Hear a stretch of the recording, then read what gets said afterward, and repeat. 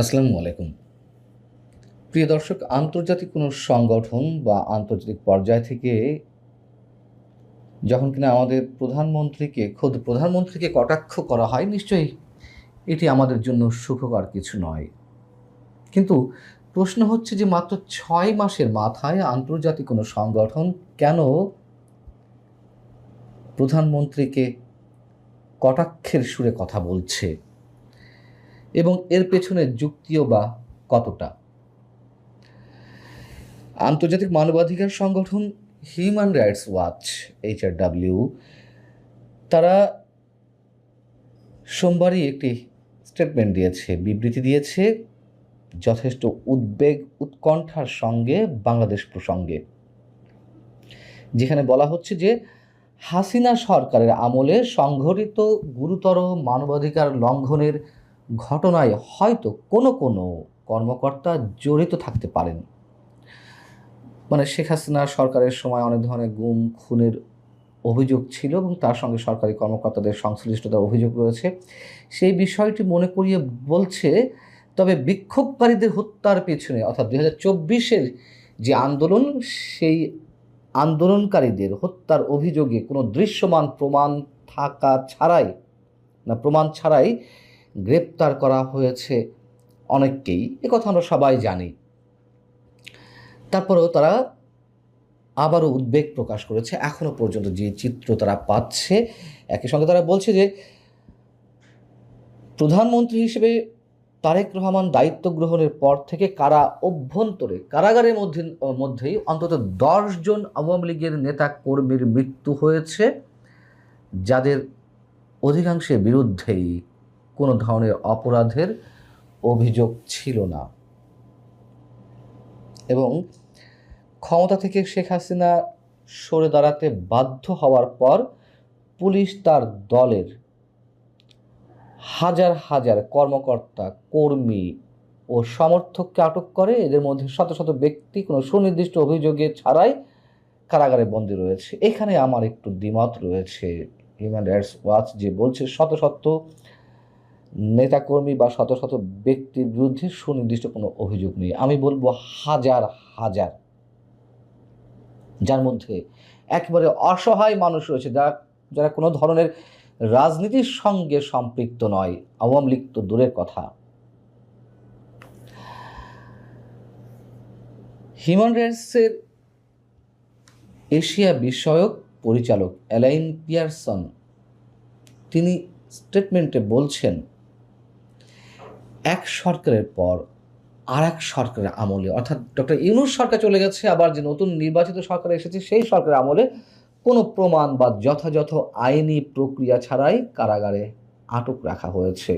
এখানে এসে মূল বক্তব্য, যেটি আমি প্রথমেই শুরু করেছিলাম, যে কিভাবে একটি আন্তর্জাতিক মানবাধিকার সংগঠন আমাদের প্রধানমন্ত্রীকে কটাক্ষ করছে। বলা হচ্ছে যে প্রধানমন্ত্রী তারেক রহমান সরকার সংস্কারের প্রতিশ্রুতি দিয়েছে, আর সেই প্রক্রিয়ায় প্রথম পদক্ষেপ হিসেবে রাজনৈতিক প্রতিপক্ষদের দীর্ঘমেয়াদী ও খেয়াল খুশি মতো আটকে রাখার এই চর্চা তার বন্ধ রাখা উচিত।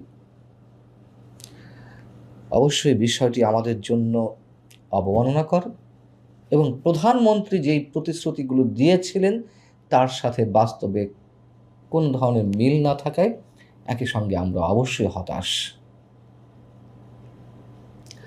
প্রধানমন্ত্রী তারেক রহমান শপথ নেওয়ার পরপরই বা তার আগে থেকে তিনি বলে আসছিলেন যে তিনি প্রতিহিংসার রাজনীতি করবেন না, প্রতিহিংসার রাজনীতি বাংলাদেশে আর করতে দেওয়া হবে না। তিনি বলেছিলেন যে আইনের শাসন প্রতিষ্ঠা করা হবে সব ক্ষেত্রে এবং সবার আগে বাংলাদেশ স্লোগান তুলেছিলেন। এর কোনোটিই কি আমরা দেখছি আন্তর্জাতিক ক্ষেত্রে, পররাষ্ট্রনীতির ক্ষেত্রে কাদেরকে প্রায়োরিটি দেওয়া হচ্ছে, বাংলাদেশের স্বার্থ কতটা প্রাধান্য দেওয়া হচ্ছে, প্রতিহিংসার রাজনীতি থেকে কতটুকু দূরে থাকছে বিএনপি সরকার, আর আইনের শাসন, বিচার, আদালতের কথা এইগুলো আর নতুন করে নাই বলি। এর কোনোটাই আমরা নিঃসন্দেহে কোনোটাই তার প্রতিশ্রুতি অনুযায়ী বাস্তবে কিছুই দেখছি না। এবং সেই প্রশ্ন থেকে সম্ভবত খোদ হিউম্যান রাইটস ওয়াচের মতো আন্তর্জাতিক মানবাধিকার সংগঠন প্রধানমন্ত্রীকে বিষয়গুলো মনে করিয়ে দিচ্ছে। এবং এর থেকেই প্রমাণ হয় যে বাংলাদেশে মাত্র 6 মাসের বয়সী যে সরকার, সেই সরকার এরই মধ্যে আন্তর্জাতিক অঙ্গনে কতটা প্রশ্নবিদ্ধ হয়েছে। হিউম্যান রাইটস ওয়াচ তাদের স্টেটমেন্টে বলছে, কোনো সুনির্দিষ্ট অভিযোগ ছাড়াই যাদের আটক করা হয়েছে, হাসিনা প্রশাসনের সমর্থক থেকে শুরু করে অন্যান্য সাবেক আইন প্রণেতা অর্থাৎ সাবেক সংসদ সদস্য এবং আওয়ামী লীগ সরকারের সমর্থক, বিভিন্ন কর্মী, কর্মকর্তা, সাংবাদিক রয়েছে তাদের মধ্যে। অন্যদিকে তারা একথাও বলছে যে নিরাপত্তা বাহিনীর সদস্য সহ অন্যদের বিরুদ্ধে যে বিচার বহির্ভূত হত্যাকাণ্ড, নির্যাতন ও গুমের মতো গুরুতর আন্তর্জাতিক অপরাধের অভিযোগ রয়েছে, সেখানেও বা কতটুকু এগুলো প্রমাণ সাপেক্ষে হাজির করা হচ্ছে বা তাদেরকে কতটা আইনি প্রক্রিয়ার মধ্য দিয়ে আটক রাখা হচ্ছে। আমরা তো বারবার এই কথা বলে আসছি, বারবার যাদের বিরুদ্ধে অভিযোগ রয়েছে, এমন না যে আওয়ামী লীগের সবাই কর্মী, সমর্থক বা সেই সময় আইন শৃঙ্খলা রক্ষাকারী বাহিনীর সব সদস্য একেবারে নিরাপরাধ, ধোয়া তুলসী পাতা, নিশ্চয়ই আমরা সে কথা বলছি না। অনেকের বিরুদ্ধে অভিযোগ রয়েছে, হয়তো বাস্তবতাও রয়েছে, কিন্তু প্রকৃত অপরাধীদের বিচার হোক, সেটি না করে মাসের পর মাস, বছরের পর বছর আদালতে আটকে রাখা হচ্ছে। এবং হিউম্যান রাইটস ওয়াচ মনে করিয়ে দিচ্ছে যে আন্তর্জাতিক অপরাধ ট্রাইব্যুনালের নিয়ম অনুযায়ী আমাদের যে অপরাধ ট্রাইব্যুনাল, সেটিতে লিখিতভাবে উল্লেখ করা রয়েছে যে ব্যতিক্রমী পরিস্থিতি ছাড়া কোনো ব্যক্তিকে অভিযোগ গঠন ছাড়াই 1 বছরের বেশি সময় ধরে আটকে রাখা যায় না। অথচ এই ট্রাইব্যুনালের বিভিন্ন মামলায় 160 জনেরও বেশি ব্যক্তিকে আটক করে রাখা হয়েছে, যাদের কারণে জামিন হচ্ছে না। আর জামিন না মঞ্জুর হলে, মানে এই ট্রাইব্যুনালে যদি জামিন না মঞ্জুর হয়, তাহলে সেটার বিরুদ্ধে যে আপিল করার সুযোগ রয়েছে উচ্চ আদালতে, সেটিও নেই। এটি তো শুধুমাত্র আন্তর্জাতিক অপরাধ ট্রাইব্যুনালের কথা বলা হচ্ছে। আর আমাদের সাধারণ যে উচ্চ আদালত, হাইকোর্ট বা সুপ্রিম কোর্ট বা নিম্ন আদালত, যাই বলি না কেন, এইসব জায়গা থেকে সাবেক বিচারপতি খায়রুল হক, সাবেক জ্বালানি উপদেষ্টা তৌফিক ইলাহি চৌধুরী, লেখক সাংবাদিক শাহরিয়ার কবিরের মতো মানুষদের উদাহরণ টেনে বলা হচ্ছে যে তারা কতটা নির্দয় অবস্থায় রয়েছে কারাগারে, চিকিৎসার সুযোগ সুবিধা পাচ্ছে না, শারীরিক অসুস্থতায় তারা দিনে দিনে নুব্জ হয়ে পড়ছেন। বলা হচ্ছে যে আওয়ামী লীগের সাবেক মন্ত্রী, সাবেক সংসদ সদস্য 85 বছর বয়সী রমেশ চন্দ্র সেনকে আটক করা হয় 2004 সালের 3রা আগস্ট এবং 2026 সালের 7 ফেব্রুয়ারি তার মৃত্যুর আগ পর্যন্ত তিনি কারাগারেই ছিলেন। এবং তার পরিবারের পক্ষ থেকে অভিযোগ জানানো হয়েছে যে তাকে যথাযথ ওষুধ দেওয়া হয়নি, চিকিৎসা দেওয়া হয়নি, জামিন তো হয়নি। একই সঙ্গে তারা আওয়ামী লীগের অন্যান্য নেতাদের বিষয় এখানে টেনে নিয়ে আসছে এবং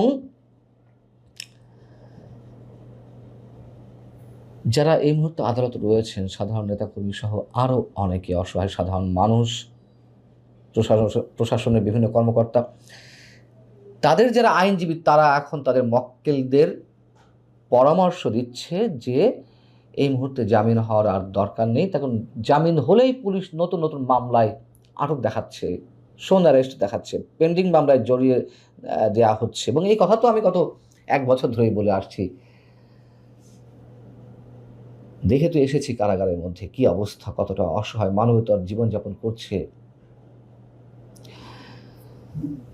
হিউম্যান রাইটস ওয়াচ সবশেষে বলছে যে বাংলাদেশ সরকারের উচিত তাদের তত্ত্বাবধানে কারাগারে সংঘটিত সব মৃত্যুর ঘটনায় নিরপেক্ষ তদন্তের নির্দেশ দেওয়া এবং কোনো অভিযোগ ছাড়াই দীর্ঘ সময় ধরে মানুষকে খেয়াল খুশি মতো আটকে রাখার চর্চা বন্ধ করা হোক। আমরা জানি না যে হিউম্যান রাইটস ওয়াচের মতন আরও অনেক সংগঠন, অ্যামনেস্টি ইন্টারন্যাশনাল এর আগে দফায় দফায় বিবৃতি দিয়েছে, আন্তর্জাতিক অঙ্গনে প্রশ্ন উঠছে, সেমিনার সিম্পোজিয়াম হচ্ছে দেশের বাইরে বিভিন্ন স্থানে, কিন্তু আমরা তার কোনো গুরুত্ব সরকারের পক্ষ থেকে দেখছি না। নিঃসন্দেহে সরকার যা করা করেই যাচ্ছে, জানি না এই পরিণতি কী। তবে যে কটাক্ষটি আন্তর্জাতিক মানবাধিকার সংগঠন HRW করলো, সেটি অবশ্যই এদেশের নাগরিক হিসেবে আমাদের জন্য অবমাননাকর, যেটি আমাদের প্রধানমন্ত্রীর উদ্দেশ্যে তারা মন্তব্য করলো।